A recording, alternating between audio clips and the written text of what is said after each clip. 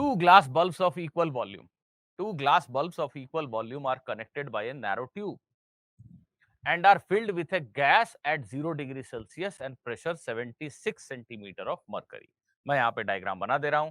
ये दो glass bulb हैं, ग्लास के दो बल्ब हैं. They are connected by a narrow tube.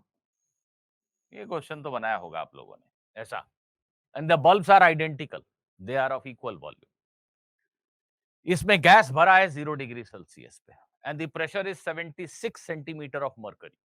One of the bulb is then placed in melting ice. अब हमने इनमें से एक बल्ब को मेल्टिंग आइस के पॉट में रख दिया. मेल्टिंग आइस का मतलब टेम्परेचर इज 0. और दूसरे बल्ब को the other bulb is placed in water bath maintained eight 62 degree Celsius. अब यहां पे नहीं दिखा रहा हूं, बट दूसरे बल्ब को आपने 62 डिग्री सेल्सियस पे रख दिया.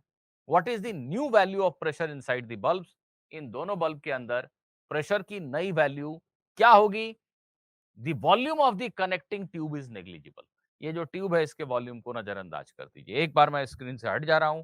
आप चाहें तो क्वेश्चन का स्क्रीनशॉट ले लीजिए, ठीक से रख लीजिए, खुद से ट्राई कीजिए, वीडियो को पॉज कर दीजिए, मेरी बात मान लीजिए, क्वेश्चन को खुद से ट्राई कीजिए प्लीज. मैं यहां पे सोल्यूशन कर रहा हूं.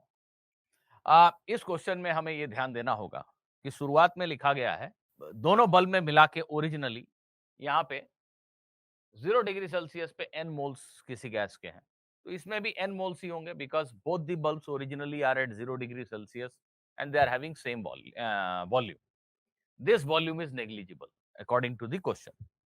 So the number of moles originally can be written as from PV is equal to nRT. From PV is equal to nRT. Let us assume that this bulb has volume V. This bulb also has volume V.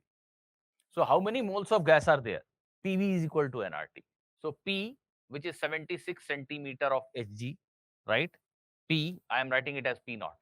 V by R T, which is okay, let me write it as T naught.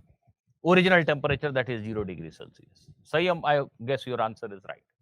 So this is the number of moles that one of the bulbs contain. Now multiply this by 2. This is the total number of moles that is held by this entire system. This is total number of moles. Now this total number of mole cannot go anywhere. हाँ, ये गर्म हो गया, ये ठंडा रह गया, इसको 0 पे रखा, इसको 62 पे रखा, तो यहाँ पे गैस के मोल्स कम हो जाएंगे. कुछ गैस यहां से यहां चली जाएगी क्योंकि लो टेम्परेचर पे ज्यादा नंबर ऑफ मोल्स होने से सेम प्रेशर होगा. हाई टेम्परेचर पे कम मोल्स होने से भी सेम प्रेशर हो सकता है. इक्विलिब्रियम स्टेट में पूरे कंटेनर में, दोनों बल्ब में, पाइप में, हर जगह प्रेशर तो सेम ही होगा. So final pressure has to be same. Yes Sanyam, your answer is right. तो प्लीज ध्यान दीजिए बच्चों, this is total number of moles. जहां पी नॉट है 76 centimetre of Hg, V is volume of one of the balls, R is gas constant and T naught stands for original temperature. Now let us assume कि final state में यहाँ पे N1 moles हैं और यहाँ पे N2 moles हैं. How can I right the value of N1? बिल्कुल वैसे ही लिखूंगा. कैसे? यहाँ का प्रेशर जो कि मुझे नहीं पता है, पता लगाना है, P. यहाँ का volume V by RT, R. Temperature कितना है? जो भी टेम्परेचर है T1. ये इसमें नंबर ऑफ मोल्स है और इसमें नंबर ऑफ मोल्स कितने हो गए? प्रेशर तो दोनों में सेम होगा फाइनली, वॉल्यूम दोनों का सेम है, टेम्परेचर अलग अलग दिया गया है. तो बस इस इक्वेशन में आप सभी नंबर्स को ठीक ठीक सब्स्टिट्यूट कीजिए. ध्यान दीजिएगा, ये कैलकुलेशन करने के लिए मैं एक लिख दे रहा हूं, एक लाइन, आप उसके बाद आसानी से कर लोगे. ये कैलकुलेशन करने के लिए ओरिजिनल प्रेशर को मैं 76 सेंटीमीटर में ही रहने देता हूं.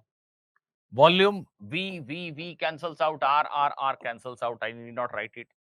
T नॉट को मुझे लिखना पड़ेगा 273 केल्विन, 0 नहीं लिख देना. फाइनल प्रेशर मुझे पता लगाना है, P को कॉमन ले लिया, 1/T1. यहाँ फाइनल टेम्परेचर जो है वो 0 डिग्री सेल्सियस ही है, सो दिस इज 273.